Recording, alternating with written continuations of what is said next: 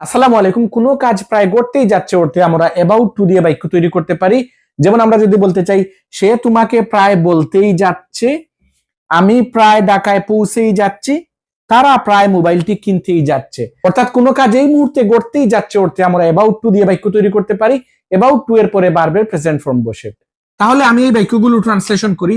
সে তোমাকে প্রায় বলতেই যাচ্ছে, তাহলে এটার ইংরেজি হবে he is about to tell you. সে তোমাকে প্রায় বলতেই যাচ্ছে, আমি প্রায় ঢাকায় পৌঁছেই যাচ্ছি, তাহলে I am about to reach Dhaka. আমি প্রায় ঢাকায় পৌঁছেই যাচ্ছি। তারা প্রায় মোবাইলটি কিনতেই যাচ্ছে, তাহলে এটা হবে দে আর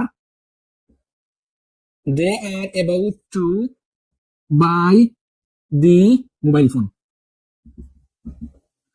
আমরা দেখেছি কোনো কাজ প্রায় করতেই যাচ্ছে অর্থে আমরা সাবজেক্টের পরে এম ইজ আর এর একটি ব্যবহার করেছি, কারণ এই বাক্যগুলো দ্বারা বর্তমান কালে কোনো কিছু ঘটে যাচ্ছে বোঝাচ্ছে। এজন্য আমরা বর্তমান কাল অর্থাৎ প্রেজেন্ট টেন্সের সাহায্যকারী এম ইজ আর এর একটি ব্যবহার করেছি। এবং কোনো কিছু ঘটে যাচ্ছিল অর্থে আমরা পাস্ট টেন্সের সাহায্যকারী ভার্ব ওয়াজ অথবা ওয়্যার কে ব্যবহার করব। যেমন আমরা যদি বলতে চাই সে প্রায় ছাদ থেকে পড়েই যাচ্ছিল, তাহলে এটি হবে he was about to fall from the terrace. সে প্রায় ছাদ থেকে পড়েই যাচ্ছিল। আমি প্রায় তোমাকে কল দিতেই যাচ্ছিলাম, তাহলে I was about to call you. আমি প্রায় তোমাকে কল দিতেই যাচ্ছিলাম। সে প্রায় মরেই যাচ্ছিল, তাহলে he was about to die. He was about to die. তো আজকের ভিডিওতে আমরা শিখলাম কোনো কিছু প্রায় ঘটতেই যাচ্ছে অর্থে আমরা অ্যাবাউট টু দিয়ে বাক্য তৈরি করতে পারি। এক্ষেত্রে বর্তমানে কোনো কিছু ঘটতে যাচ্ছে অর্থে আমরা সাবজেক্টের পরে এম ইজ আর এর একটি ব্যবহার করি, এবং অতীতকালে প্রায় কোনো কিছু ঘটতেই যাচ্ছিল অর্থে আমরা সাবজেক্টের পরে ওয়াজ অথবা ওয়্যার ব্যবহার করে থাকি।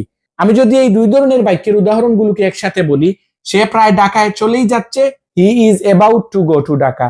সে প্রায় ঢাকায় চলেই যাচ্ছিল, he was about to go to Dhaka. আমি তাকে প্রায় টাকা দিতেই যাচ্ছি, I am about to give him money. আমি তাকে প্রায় টাকা দিতেই যাচ্ছিলাম, I was about to give him money. Thanks for watching. See you in the next video.